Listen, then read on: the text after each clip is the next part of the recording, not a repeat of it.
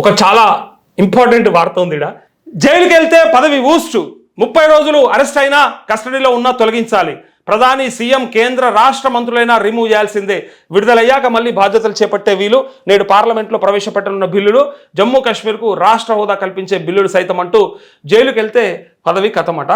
ఇక 30 రోజులన్నా అరెస్ట్ అయి ఉండాలి, కస్టడీలో ఉండాలి. మరి నాకు అర్థం కాలే, కల్వకుంట్ల కవిత 5 నెలలు జైల్లో ఉండొచ్చింది, కస్టడీలో ఉంది లేదా శిక్షలో ఉంది. ఒక పక్క చూడండి, అరెస్ట్ అయినా సరే అట, కస్టడీలో ఉన్నా సరే, అంతే తప్ప ఆమెకు శిక్ష ఖరారు కావాలి, ఖరారు అయినాక ఏం లేదు.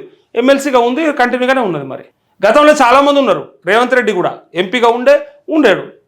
అదే మరి పదవులు అట్లనే ఉంటాయా అనేదాన్ని చాలాసార్లు మాట్లాడుకున్నారు. అరే, ప్రభుత్వ ఉద్యోగస్తుడికైతే ఉద్యోగం పోతుంది లేదా సస్పెండ్ చేస్తారు కదా, మరి ప్రజాప్రతినిధికి ఒకవేళ శిక్షలు పడితే ఎంతమంది క్రిమినల్స్ ఉన్నారు తెలుసా? పార్లమెంట్లో ఎంతమంది మీద ఎన్ని క్రిమినల్ కేసులు ఉన్నాయో తెలుసా? క్రిమినల్స్ అని అందుకే పిలుస్తూ ఉన్నాం. ఎంతమంది పైన క్రిమినల్ కేసులు ఉన్నాయో తెలుసా? రాష్ట్రంలో ఉన్నటువంటి 2 సభలల్లో, శాసనసభల, శాసన మండలిలో చాలామంది పైన కేసులు ఉన్నాయి.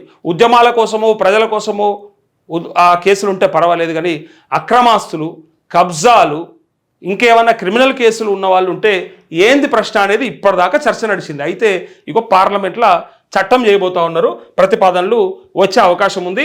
అయితే ఇక్కడ ఒకసారి చూడండి, ఇలా పార్లమెంట్లో బిల్లులు పెడతా ఉన్నారు. అందుకే 30 రోజులు అరెస్ట్ అన్న అయి ఉండాలి, కస్టడీ అయినా ఉండాలి. ప్రధాని అయినా సరే, సీఎం అయినా సరే, కేంద్ర మంత్రి అయినా సరే, రాష్ట్ర మంత్రి అయినా సరే రిమూవ్ చేయాల్సిందే, తీసి పడేయాల్సిందే, నిజంగా జరగాల్సిందే. అప్పుడు కానీ చక్కగా ఉండరు, లేకపోతే వాళ్ళకి తోచినట్టు చేస్తారు. ఎంత దోసుకునేది అంటే అంత దోసుకుంటారు, ఎంత భయంకరమైన పనులు చేయమంటే అంత భయంకరమైన పనులు చేస్తారు. వాళ్ళకి ఏమి ఉండవు, ఇక వాళ్ళకి భయం ఉండదు. ఎందుకంటే పదవి ఉన్నదేమని అంటే అధికారం ఉన్నది, హోదా ఉన్నది, కాబట్టి మాకేం భయం లేదని, భయం లేని కూడా బజార్లో గుడి పెట్టినట్టు వాళ్ళు ఎట్లయినా సరే మళ్ళీ ఎక్కి కూర్చునేదే కదా.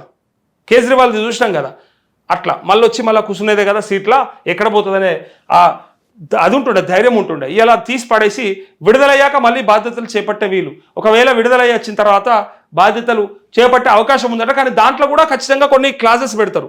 ఎట్లుంటుంది, ఏ కేసు అయితే ఎంత శిక్ష పడితే మళ్ళీ వెళ్ళే అవకాశం ఉందా, ఇట్లాంటివన్నీ కూడా దాన్ని కన్సిడర్ చేస్తారు. దాని ప్రకారంగానే ఉంటుంది. సో ఇలా పార్లమెంట్లో ఆ బిల్లులు పెట్టబోతా ఉన్నారు. జమ్మూ కాశ్మీర్ కూడా రాష్ట్ర హోదా కల్పించే అవకాశం ఉందన్నట్టుగా ఆ బిల్లులు కూడా సైతం పెట్టేటట్టుగా ఇలా కనిపిస్తూ ఉంది. ఇగో అదే వార్త ఇది.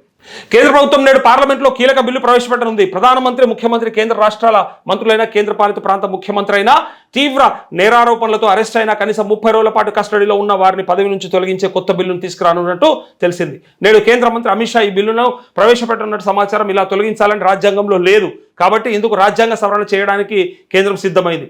బిల్లు ప్రకారం కనీసం 5 ఏళ్ల శిక్ష పడే నేరాల కింద అరెస్టు అయినా కస్టడీలో 30 రోజులు ఉన్నా వారిని తొలగించాలని నిబంధనలు ఉంటాయి. ప్రధానమంత్రి అయితే రాష్ట్రపతి, ముఖ్యమంత్రిని గవర్నర్, ముఖ్యమంత్రులను ముఖ్యమంత్రి, యూటీసీఎంను లెఫ్టినెంట్ గవర్నర్ తొలగించేలా అధికారాలు కల్పించనున్నారు. అయితే ఒకవేళ వారు కస్టడీ నుంచి విడుదలైతే మళ్ళీ పదవిలోకి తీసుకునే అవకాశం ఉంటుంది అంటూ ఇక 130వ రాజ్యాంగ సవరణ బిల్లు, జమ్మూ కాశ్మీర్ పునర్వ్యవస్థీకరణ బిల్లు, యూటీ ప్రభుత్వ సవరణ బిల్లులను లోక్సభలో పాస్ చేయించాలని మంగళవారం కేంద్ర మంత్రి అమిత్ షా ఓ లేఖలో రాశారు. ఎన్నికైన ప్రతినిధుల ప్రజలకు ఆదర్శంగా ఉండాలని, వారి ఆశయాలను ప్రతిబింబించేలా ప్రతినిధులు ఉండాలని పేర్కొన్నారు. తీవ్ర నేరాభియోగాలు ఎదుర్కొంటే పదవిలో నుంచి తొలగించాలనే నిబంధనలు ఆ రాజ్యాంగంలో లేవు. ఇందుకు ఆర్టికల్ 75, 164, 239 ఏఏలను సవరించాల్సి ఉంటుంది అంటూ ఇక్కడ నేను ఇందాక చెప్పినట్టు చూసిరా. అంటే కొంతలో కొంత ఆదర్శప్రాయంగా ఉండాలి. నిజంగా అరే నాయకులంటే ఇట్లా ఉండాలని అనిపించాలి తప్ప తీవ్ర నేరారోపణలు, నేరాభియోగాలు కనుక ఉంటే ఏమి అక్కర వీళ్ళతోని, మరి ఇట్లాంటి వాళ్ళని చూసి రేపు సమాజం ఏం నేర్చుకుంటుంది అని చెప్పి వచ్చినటువంటి అనుమానంలో భాగమే ఇలా. యాక్చువల్గా రాజ్యాంగంలో కూడా లేదు తెలుసా మీకు? ఇది ఎంత దారుణం చూడుర్రి. అన్నీ రాసుకున్నాం, అన్నీ చెప్పుకున్నాం, కానీ నాయకులకు ఏమన్నా అయితే మాత్రం మనం ఏం పెట్టుకోలేదు. మరి ఇది ఎవరు తప్పో నాకైతే తెలియదు. మరి ఇలా ఎవరిది తప్పు? మరి అప్పటి కమిటీయా లేకపోతే అంబేద్కరా అంటే ఇక దాన్ని ఎవరు అడగలేము, ఎవరు ప్రశ్నించలేము. ఎలా లేరు, దాన్ని మనం అడగడానికి మనకు హక్కు ఎంత ఉందో మనకు తెలుసు.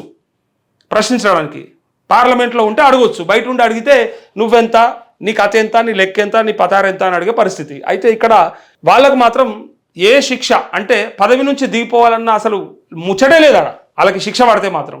కానీ పేదోడు జస్ట్ చిన్న తప్పు చేస్తే సరే, మన ఆకలి మంటకో లేకపోతే తెలుసో తెలియకనో చేసే చిన్న తప్పులకి శిక్షలు పడితే వాడు కనీసం రేపు పొద్దుగాల గవర్నమెంట్ ఉద్యోగానికి అర్హుడు కూడా కాదు, ఆ నోటిఫికేషన్కి కనీసం అర్హుడు కూడా కాదు.